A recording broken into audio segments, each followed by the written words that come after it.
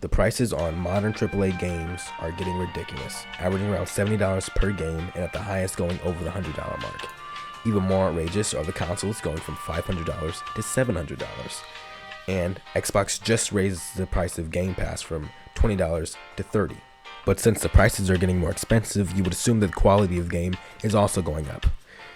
Yes, but actually no. Although it would be disingenuous to say that games aren't better than they were 5 years ago, I wouldn't say that the price increase is completely justified. Most of the improvements in games are simply visual. Only now the Treyarch add Omni movement, which is basically just running and jumping in multiple directions. They call that innovation, but the core gameplay and the problems with it stay the same.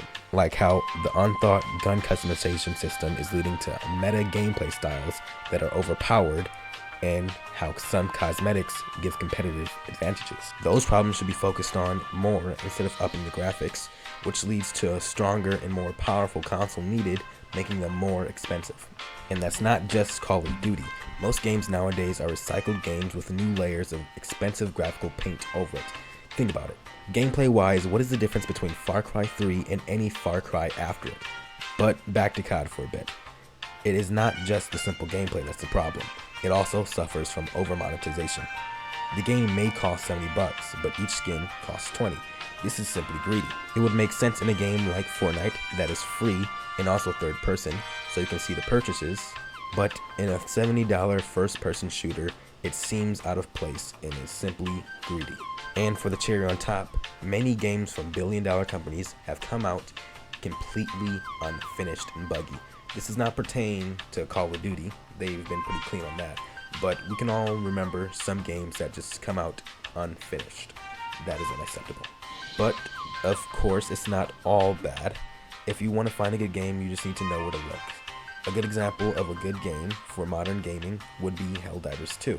The gameplay is very distinctive, with an interesting crosshair, movement, and driving system, along with the stratagem system. It all feeds into the narrative and gameplay of feeling stressful combat. But one good game every once in a while isn't enough. We should expect more than 5 good games a year, especially as prices continue to go up.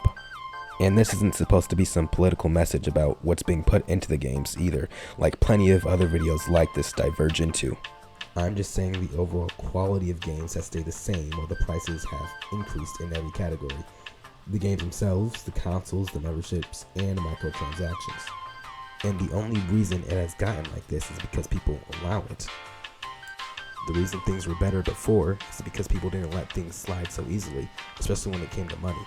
Microtransactions were shunned and games stayed under $50, if even that. But slowly, devs found a way to maximize money by cutting corners and making things more expensive, not all at once, but over years, you stopped caring. And that's the main thing. Most people don't care that much about gaming. It's just a hobby to them. That's understandable. There's no shame in having an actual life outside of playing Fortnite. But that is the only way to make big companies stop. You have to make the average persons care, not just passionate fans like me and you. And we have actually seen it work in action. Like I said, Xbox increased the price of Game Pass to $30. And almost immediately after that, tens of thousands of subscriptions were canceled. Hundreds of thousands of dollars were lost overnight. That was not just super fans trying to make a decision. That was the average man that simply had better things to spend their money on than a video game. So, in response, Xbox made it so anyone that didn't cancel the sub would still be able to pay the $20 price instead of a $30 price for the subscription. That's the only way to make things better. You gotta hit them in their fucking pockets.